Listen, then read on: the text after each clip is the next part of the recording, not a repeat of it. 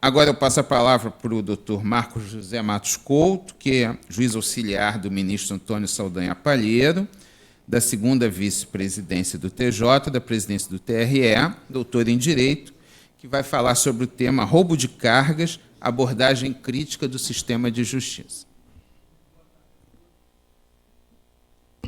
Muito boa tarde a todos. Eu tranquilizo as pessoas dizendo que eu serei breve, porque sei que estamos próximos do horário do almoço. Eu quero agradecer ao desembargador Jean ao convite, saudar a todos na pessoa do desembargador Flávio Horta e dizer que é uma satisfação poder trazer algumas reflexões para um encontro com essa magnitude, com essa pluralidade. Acho eu que é muito importante que nós conversemos com pessoas de outras instituições, porque senão a gente continua pregando para convertidos, como se diz. Então é importante que a gente agrupe no mesmo local, no mesmo horário, no mesmo dia, pessoas da iniciativa privada, promotores de justiça, juízes. Eu tenho uma certa dificuldade de entender como é que a gente, às vezes, faz palestras especificamente para juízes quando o assunto não diz respeito apenas para juízes. Como é que eu posso abordar, por exemplo, o acordo de não persecução penal sem ouvir o Ministério Público, sem ouvir a Defensoria Pública, sem ouvir a advocacia?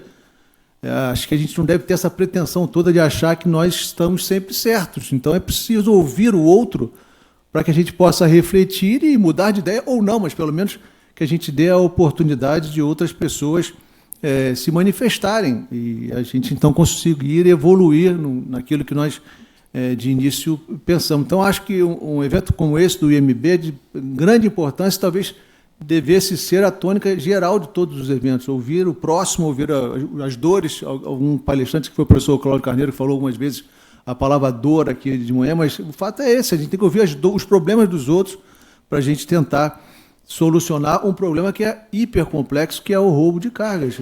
A gente pode ter os melhores juízes do mundo, que nós não resolveremos o roubo de carga, os melhores promotores, os melhores policiais, se nós não nos integrarmos, se nós não falarmos juntos, cantarmos juntos uma música só, num objetivo claro de combater esse roubo de carga. Ninguém pode ficar, a não ser quem esteja vinculado à atividade criminosa, mas nenhum cidadão de bem pode concordar ou gostar do roubo de carga, porque, no fundo, nós é que pagamos essa conta. É claro que as empresas têm os seus problemas, mas todos nós, 100% de nós, somos consumidores. Então, é importantíssimo, realmente, que a gente reflita sobre isso. E a pluralidade de instituições que hoje se reúnem realmente me empolga num evento desse tipo.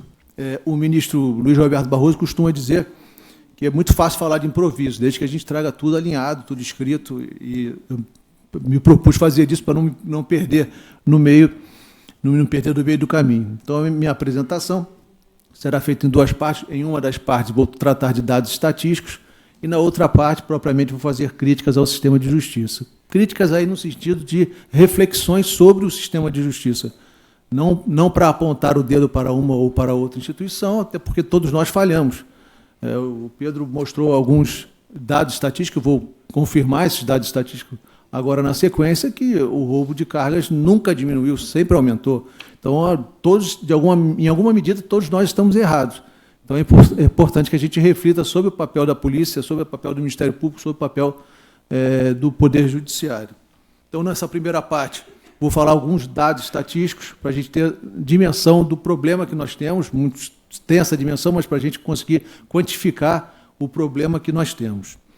Eu consultei também o ISP, o Instituto de Segurança Pública, para ver não o prejuízo causado pelo número de crimes de roubos de carga, mas a quantidade desses crimes. E destaquei 3 espaços, digamos assim, específicos: o Rio de Janeiro, Duque de Caxias e São Gonçalo. No intervalo de janeiro de 24 a dezembro de 24, o Rio de Janeiro teve, segundo o Instituto de Segurança Pública, teve 1.769 roubos, Caxias 245 e São Gonçalo 208 roubos de carga. É claro que há realmente essa cifra negra a qual o Pedro se referiu, que é a diferença entre o que ocorre na vida real e o que ocorre nas estatísticas. Essa cifra é muito grande em determinados crimes, mas no roubo de cargas, creio eu que não seja tão grande essa diferença entre o que ocorre na prática e o que ocorre nos registros policiais, digamos assim. sobretudo por conta do seguro, né? As empresas têm interesse em fazer o registro para depois obter o valor do seguro. Diferente da pessoa que é assaltada no ônibus, ele tem um celular furtado ou roubado, enfim, se desinteressa pela investigação porque sabe que dificilmente vai conseguir recuperar. Mas, no caso de roubo de carga, existe essa cifra, existe para qualquer crime, mas no roubo de carga essa cifra não é tão grande. Então, no Rio de Janeiro, nesse intervalo de um ano, de 2024, 1.769 no Rio, Caxias 745 e São Gonçalo 208.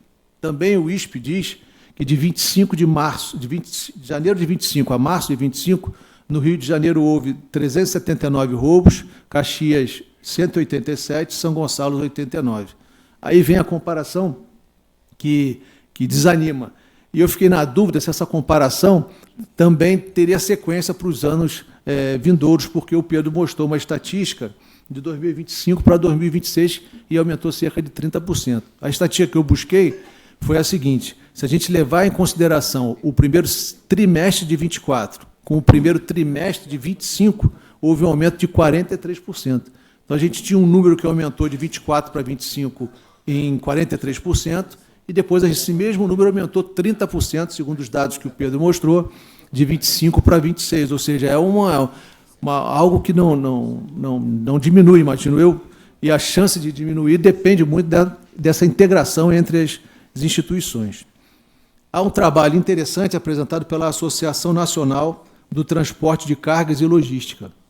E essa associação elenca os principais bens que são roubados, né? As cargas são roubadas. Curiosamente, o Pedro mostrou algumas cargas que vão além dessas que eu vou indicar agora. E isso me traz a conclusão de que realmente não tem para onde correr os bens que são subtraídos são de toda a ordem, realmente. Nesse estudo da Associação Nacional do Transporte de Cargas e Logística, foram apontados como principais bens roubados: produtos alimentícios, combustíveis, produtos farmacêuticos, autopeças, produtos têxteis e confecções. Juntados estes produtos àqueles que aos quais o Pedro se referiu, nós temos uma variedade enorme de produtos, ou seja, rouba-se de tudo, com essa quantidade gigante, quantidade muito grande, e com essa variedade de produtos. Também a Associação Nacional do Transporte de Cargas e Logística fez uma estatística com relação aos locais onde ocorre o maior número de roubos. Não é pelo valor da carga roubada, como o Pedro mostrou, mas por quantidade de roubos, por quantidade de crimes propriamente. Entre o primeiro semestre de 23 e o primeiro semestre de 24, 47,2% dos roubos ocorreram em São Paulo, 18,7% ocorreram no Rio de Janeiro, e em todos os outros estados da federação ocorreram roubos em percentual menor. Curioso é que o Pedro já traz um dado de que o Rio de Janeiro avançou e ultrapassou São Paulo, o que eu acho impressionante, porque o tamanho de São Paulo, as características de São Paulo, é difícil a gente acreditar que no Rio de Janeiro tenha mais roubos do que lá, mas de fato tem, porque essa estatística é confiável, né? De modo que a gente está realmente numa situação complicadíssima, né? Foram indicados também os dias da semana, ou melhor, os horários em que os roubos mais ocorrem. 31% ocorrem de madrugada, 27% à noite, 22% pela manhã e 18% à tarde. Ou seja, rouba-se de manhã, de tarde, de noite e de madrugada. Rouba-se uma quantidade enorme de mercadorias, num percentual grande, como eu acabei de me referir. Fez-se também uma pesquisa com relação aos dias da semana em que ocorrem o maior número de roubos. 11% no domingo, 17% na segunda-feira, 10% na terça-feira, 10% na quarta-feira, 18% na quinta-feira, 16% na sexta e 15% no sábado. Então, nós temos uma quantidade de produtos enorme sendo roubado em todos os horários, de manhã, de tarde, de noite, de madrugada, em todos os dias da semana. Então, esse panorama é para combater ou para a gente conseguir, de alguma forma, se organizar para melhorar a situação, não é simples. Acho eu que há uma política de recrudescimento das respostas penais com relação aos crimes contra o patrimônio. De tempos em tempos, nós temos algumas ondas legislativas nesse sentido. Eu acho que é possível que a gente aumente a pena desses crimes. mais por uma questão de justiça, mais por uma questão de adaptação da legislação.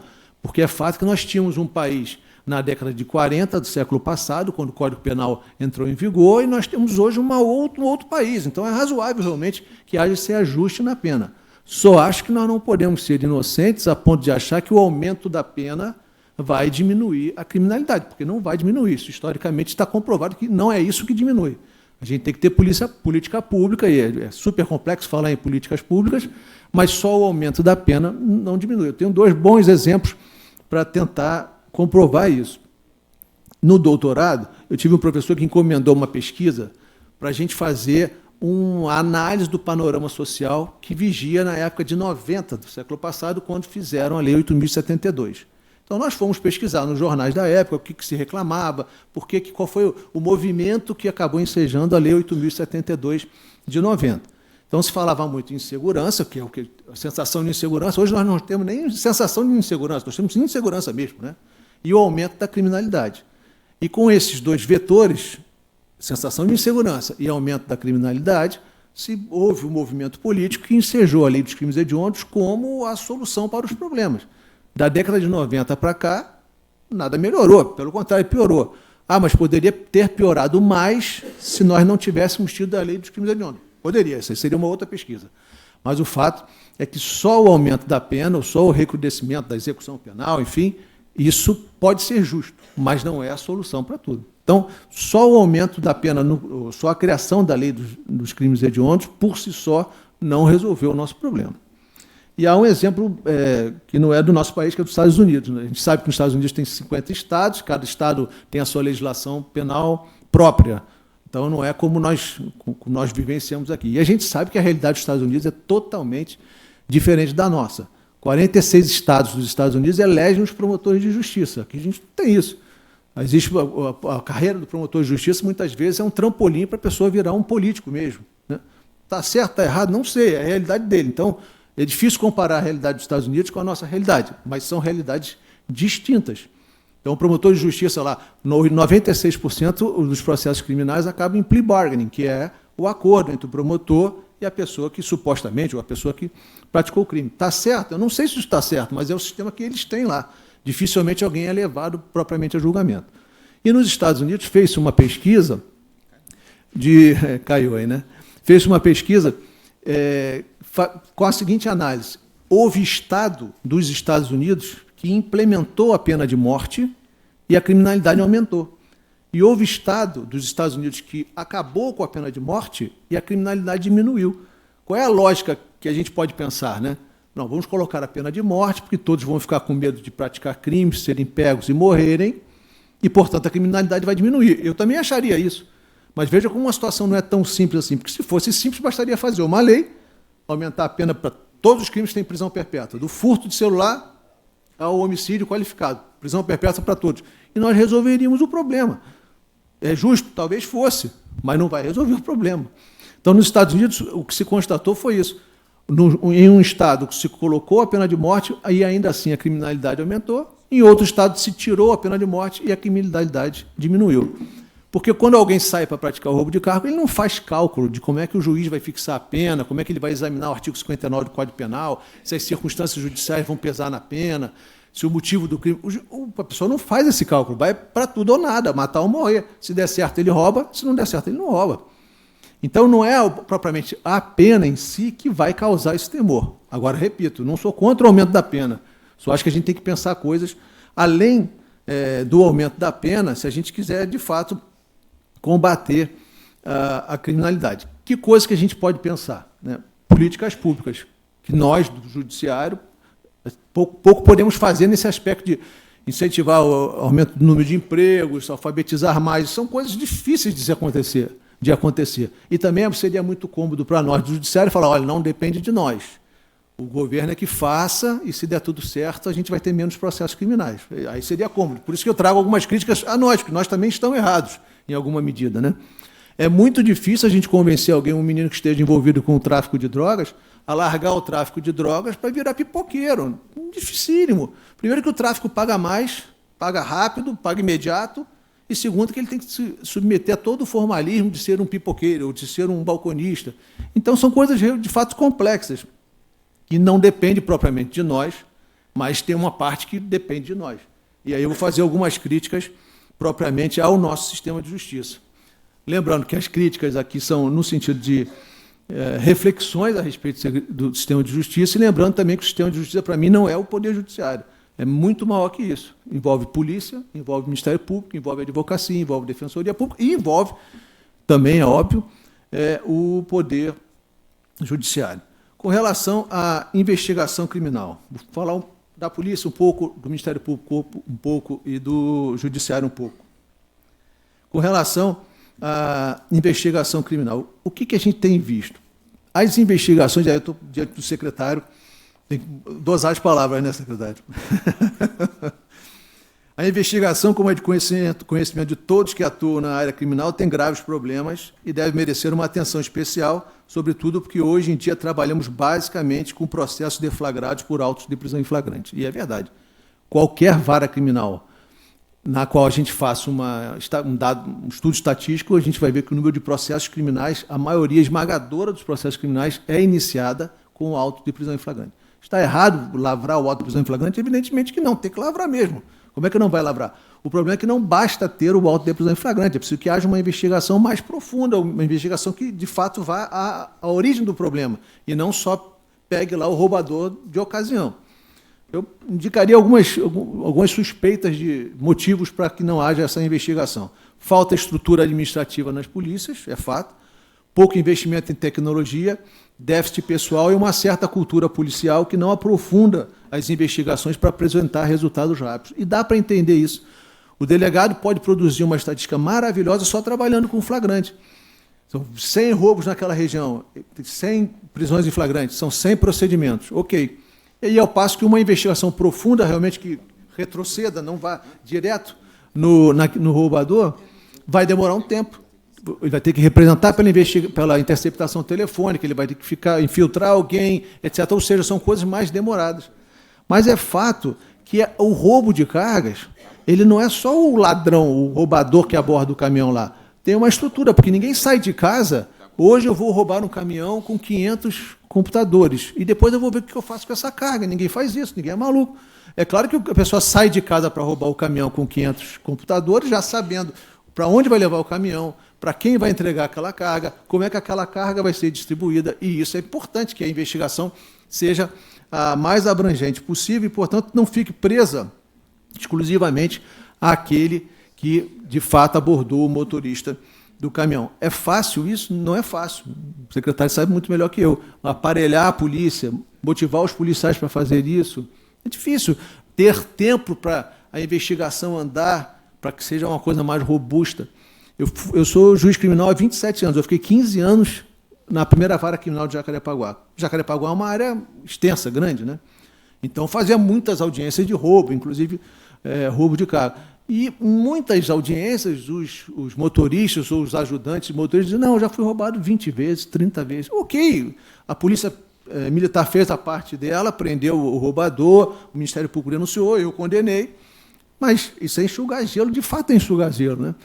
Aquela história se repete eternamente, se não se aprofundar mais na investigação, se não se observar o que motivou aquele roubo, quem é que levou aquele, quem é que encomendou aquela carga. Isso me parece ser um ponto importante. Com relação ao Ministério Público, acho eu não vejo, pelo menos no meu dia a dia, uma integração entre os órgãos do Ministério Público, uma integração mais profunda. Existe um ou outro promotor, alguns promotores que falam entre si, que, portanto, vinculam as investigações que caem neles. E aí você tem o quê? Uma denúncia mais robusta, porque as normas de conexão e continência permitem que haja esse entrelaçamento, digamos assim, né? Então, ao invés de se denunciar 20 pessoas pela prática de um crime de roubo de carga, não é mais interessante aprofundar isso, fazer uma denúncia só mais robusta, mostrando todo o entrelaçamento entre aqueles 20 roubadores. E é difícil esses órgãos se falarem, até para nós, do Judiciário, é difícil. Vou dar um exemplo que sai aqui da questão do roubo de carga. Violência doméstica e família. Às vezes a gente tem, digamos assim, a mesma causa de pedir em um processo do juizado de violência doméstica, e em um processo da vara de família. Mas não age, não falam, é impressionante. Aí o advogado pega a cópia do juizado de violência doméstica e entrega na vara de família. O advogado da vara de família entrega. É difícil realmente falar. E eu vejo que o Ministério Público também tem essa dificuldade de comunicar os seus órgãos de atuação para que eles atuem em conjunto. Não sei se tem um grupo, Pedro talvez possa me dizer, se tem um grupo especial lá no Ministério Público só para tratar de roubos de carga, que comuniquem. É importante. Porque uma coisa é o juiz fixar a pena considerando aquela conduta específica do dia 12 de junho de 2026, e outra coisa é fixar a pena considerando as circunstâncias do crime, a culpabilidade, em toda uma concentração, digamos assim, de práticas delitivas que se juntam, que se conectam, porque as normas de conexão e continência permitem. Então, acho eu, falta o Ministério Público falar consigo mesmo, os órgãos falarem entre si. E me encaminhando para o final, com relação ao judiciário, porque também temos problemas, evidentemente, né? Assim como a Polícia Civil e o Ministério Público, nós temos problemas. 2 problemas que eu acho que eu vivencio, ou que eu vivenciei. O desembargador Flávio Horta disse que eu sou juiz auxiliar do ministro Saldanha. Não sou, porque até o ministro se aposentou. Se aposentou, mas foi, né? Mas foi.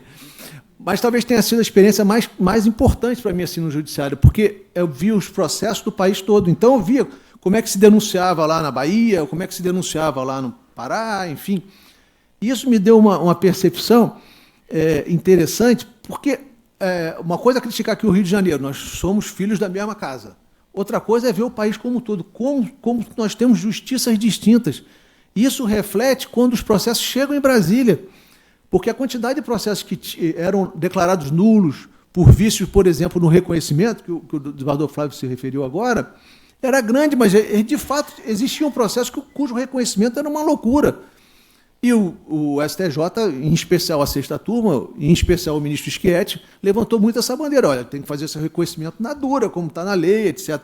Criou outros requisitos assim que dificultaram, talvez. Mas o fato é que, às vezes, o juiz está tão convencido que o roubador... Só que o judiciário não legisla, né? Pois é. Então, eu acho que precisa de lei para isso. É uma crítica, né? Então, às vezes, o juiz está tão convencido que o roubo praticou que acelera no reconhecimento, quando, na verdade, ele perderia 10 minutos, uma atenção mínima. E aí entra nessa questão. Além dos requisitos do artigo 226, a jurisprudência dos tribunais superiores podem criar outros requisitos, etc. Então, acho eu, talvez seja importante que a gente tivesse um cuidado a mais com relação à questão do reconhecimento, porque roubo de carga, ao menos aquele roubador que está na ponta, o roubo de carga ali vai ter uma importância singular. Então, talvez, né, nós estejamos pecando quando não temos um cuidado 100% naquele reconhecimento. Porque a gente concorda com o STJ? Não, mas por uma questão de sobrevivência. Porque se a gente fizer o que o STJ e o que o STF decidem em forma contrária, o nosso trabalho vai ser em vão. Então, talvez seja o caso da gente ter uma maior atenção. E um segundo ponto, prometo encerrar, diz respeito à fixação da pena. Há um livro até muito bom que foi lançado outro dia do nosso colega do Guilherme Gramasson, só sobre fixação da pena, né? É realmente de uma delicadeza, assim, de uma... Porque, ao contrário do cível, do Carlos sabe tudo do cível, a sentença tem 30 laudas no cível e um parágrafo de parte dispositiva. Nós não, a gente dá uma sentença de 2 laudas e mais 2 para fixar a pena. Então, é simples. Às vezes mais. Às vezes mais. É simples. Eu acredito que é recomendável que seja mais, né? Senão a sentença é anulada. Então, a fixação da pena, a parte dispositiva para nós, é da maior importância. Então, assim, talvez seja o caso da gente explorar isso mais. Se a gente quer recrudescer o tratamento, aumentar a resposta penal, vamos olhar lá as circunstâncias do artigo 59, vamos olhar com cuidado que circunstâncias foram essas. Botaram a arma na cabeça do motorista, etc. As consequências do crime, o motorista ficou desesperado e pediu demissão, isso é uma consequência a ser avaliada, a culpabilidade, o motivo do crime. Acho que são aspectos importantes que a gente talvez devesse dar uma maior atenção na hora da fixação da pena. Em síntese, para aliviar todos e podemos almoçar, acho que vai ter o almoço agora, imagino eu, né, Edmar? Eu agradeço a possibilidade de trocar essas reflexões. Acho que realmente os eventos têm que ser assim, plurais, para que a gente possa evoluir. Muito obrigado.